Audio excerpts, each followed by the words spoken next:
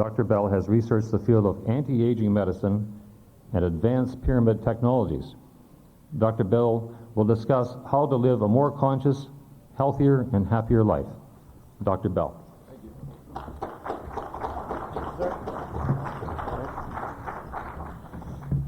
How's everybody doing today? We've had a lot happen since we were here last year, down below the border, obviously.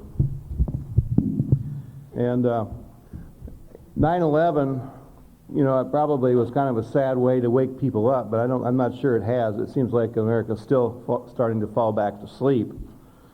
As I had said many years before, in our government down there, the government was definitely trying to make our constitutional freedoms go away. And I remember when you guys got your guns removed up here and your crime rate went way up. And down in Southern California where I live, about the consciousness there is that people drive around in their SUVs on cell phones and have wrecks. So it's kind of a sad state seeing where the world is today and running around trying to chase down Osama bin Laden. It's real interesting because I've had a tremendous input with the State Department for a number of years down there, and we do a thing called remote viewing. And years ago, when I worked with the government back in the 50s, about 56, 58, 59, we were doing remote viewing experiments at the University of Michigan. And so having done that 50 years ago, almost, you get pretty good at it today.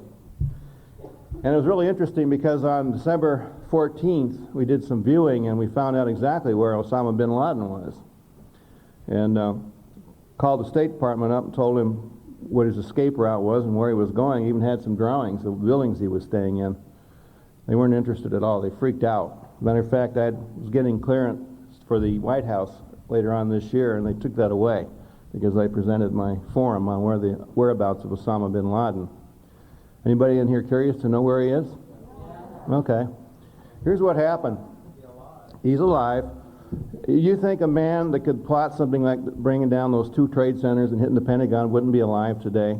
Let's ask yourself that question. We're talking about people live in the deserts, live in remote areas, act like nomads, exist on the east very little. They have a pretty high level of consciousness. Those Arabs have lived in those deserts for thousands of years, you know, and no race has really ever conquered them ever.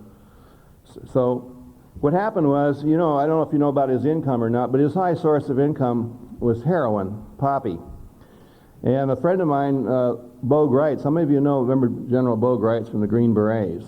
He had a big crusade back in the 70s against Kum Sa and the Golden Triangle in Cambodia and Laos, which is the 3 countries in Vietnam that raised huge amounts of heroin. And so what happens is there's these old trails that go from Afghanistan all the way up into Cambodia across the top of the Himalayas. This is north of the Himalayan mountain range.